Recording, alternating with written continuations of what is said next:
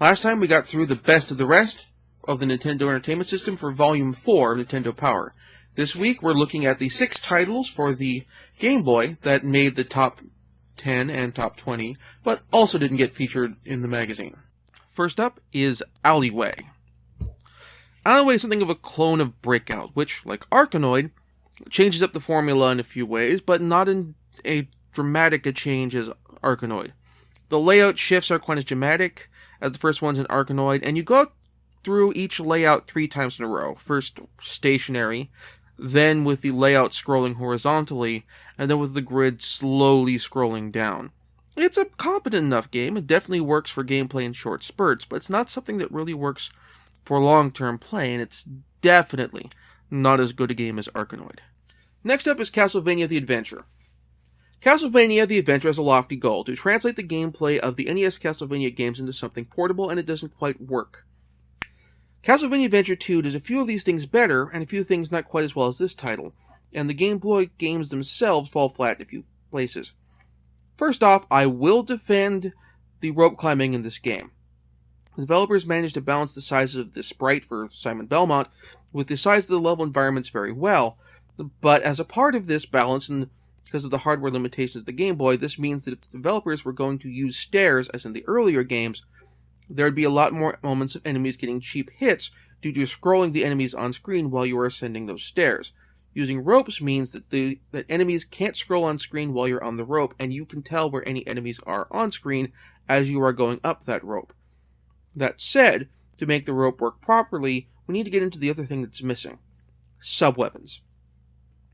In the NES Castlevania games, and for that matter, future Castlevania games on 16-bit consoles, each of the sub-weapons fills a different niche in terms of how you interact with enemies. The dagger is a fast, ranged forward attack that stunned enemies. The boomerang, while also a forward attack, could hit enemies twice, going through them once hitting the first time, then hitting them again on the return, as well as if you jump over the boomerang, then you hit enemies behind you. Holy Water got multiple hits and could stun enemies who walked along the ground, and the axe allowed you to hit flying enemies and enemies on platforms above you, with the watch, finally, stopping all on-screen enemies. This is without getting into the stuff from Rondo of Blood, like the book, or that sort of thing. In Castlevania The Adventure, there's nothing to fill those niches. The closest you get is the fact that if you're at full health and full whip upgrade, the whip shoots a little fireball forward. However, if you get hit, your weapon power also drops down a step, which is another minus, because normally in other games, when you have a situation where you lose attack power when you are hit, it is also a situation where your attack power is also your health. This is like shooting games where you get hit and you lose your spread shot, or your laser, or what other weapons you have, or that sort of thing.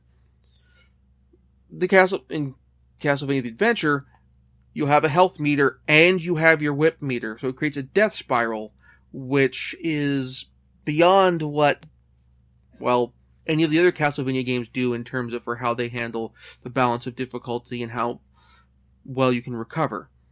It all ultimately makes for a very flawed game that I really can't recommend unless you are a diehard fan of Castlevania and are trying to get all the games in the series. Next up is NBA AllStar Challenge. There are 2 different hallmarks to a bad game. One is when you try to do something in the game, fail, and have no idea what you did wrong. The other is when you succeed at performing a task and have no feedback to tell you what you did right. Now these sound similar, but work structurally differently. One is based around negative feedback, here's how you're failing. The other is based around positive feedback, here's how you're succeeding. NBA All-Star Challenge provides no feedback. You just get your butt kicked without giving any information about what you did wrong. For example, you get penalized for charging. How is what your actions that you were doing when you got penalized charging in context of the game, and how could you avoid that? Now in real basketball, the penalty for charging is based around colliding with another player. This is 1-on-1 basketball, and you have 2 similar-looking sprites on a small grayscale screen with poor perspective. So how do you tell distance between your sprite and their sprite to avoid charging? lots of little moments like this. Like, for example, there's no animation for hitting the steal button. So, when are you the right distance to steal the ball from the opposing player while not charging? When you take the shot, what is the ideal height for when you press the shot button on your jump to actually take the shot? That sort of thing. There are tons of moments just you fail and no advice on what you're doing right or wrong, so that the next time that you try to do that thing, steal the ball, take a shot, just even try to maneuver around the other player, you know what you need to be doing so you can become a better player at the game. This is vital in sports games, and really this just fails at every respect in terms of providing feedback information of any kind to the player to help them be better. Continuing the sports titles, we have baseball. Now, as I've discussed previously, baseball games on the NES are generally terrible, and frankly, putting a baseball game on the Game Boy doesn't make it better.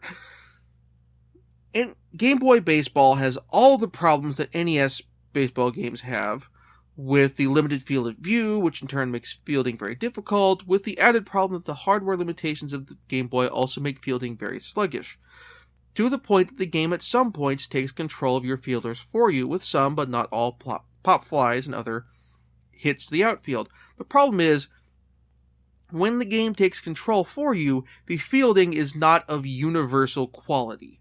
It doesn't automatically get the ball every time, which means sometimes you need to take control of the player and sometimes you don't. And the moment of truth where you know, okay, I needed to take control, or I need to control the player to get him to the right spot faster, those moments come after the point of no return, after it's too late to change things, which means you either take control right away and risk screwing it up and missing the ball, or you let the game field for you, and once again risk missing the ball as well, because this time it turns out the game's decided the fielders can't get under the ball in time. Really, don't play this game. Our penultimate title of the episode is Home Alone. Of all the games I've played this episode, this is the only game I've played before I played this episode, and it's terrible. The premise of the game is you are running through houses, trying to collect treasures and drop them into each house's safe before the bad guys get it, using various kid weapons like slingshots and squirt guns to stun enemies so you can get past them. The problem is, you're not actually stunning enemies, you're getting them to bend over so you can jump over them. And there we have the problem, because it's not like other games where you stun an enemy and you have a certain degree of invulnerability frames or inactivity frames from them where you can move through them. No, you have to jump over them. If you touch them, you get hit. It still counts as a hit. Additionally, there are obstacles and level environments that can take them out, but there's nothing like, well, the variety of traps that Kevin McAllister lays for the antagonists of the films that you can use, which seems odd because this is a Home Alone game, and the whole shtick of Home Alone is Kevin McAllister lays a variety of traps which he then lures enemies into to take them out or stun them or get them to go away. And there's nothing like that here. We get something like that with the NES game, which comes later, but even that game kind of messes up too. Honestly, the Home Alone franchise, really, it feels like it could work as a video game, but not as any of the game implementations we've seen thus far. It feels like something, like it would work in the form of something like Tecmo's Deception with less explicit bloody murder. A teen-rated Tecmo's Deception where it's a house and you're laying traps and you're scored by comboing them together in creative and interesting ways to get the enemies out of the house or in a situation where the police can safely collect them or what have you. Wrapping things up, we have the amazing SpiderMan. This game controls badly in a weird way. The attack animations are wonky, like the programmers wanted to get across that Spidey isn't a trained martial artist, but did it by making him a terrible fighter with no extension as attacks, which doesn't work from a gameplay standpoint. The game also structures its brawler levels like levels from Kung Fu, with enemies approaching from both sides and you taking them out with a punch or kick attack, with you holding the attack button then to shoot web, because you are Spider-Man and shooting web is a thing you do. To be fair, the game gets that you shoot web, so props there. The problem is due to the limitations of the Game Boy, if the enemies drop power-ups, they don't stay on screen for very long. Once they hit the ground, they disappear, which makes it rather difficult to, for example, pick up health power-ups quickly when they're dropped, as the game is sending a whole bunch of enemies in a string because it aren't emulate Kung Fu, which is not working on the Game Boy, so yeah. In all, it feels like developers tried to consider the limitations of the Game Boy as a system, but they didn't actually figure out a good way, emphasis on good, to adapt the gameplay limitations of the system with the graphical issues and all that sort of stuff to make for a fun gameplay experience. So once again, skip this game. My pick of the episode this time is Alleyway, by merits of it being the only game this episode that wasn't actively terrible.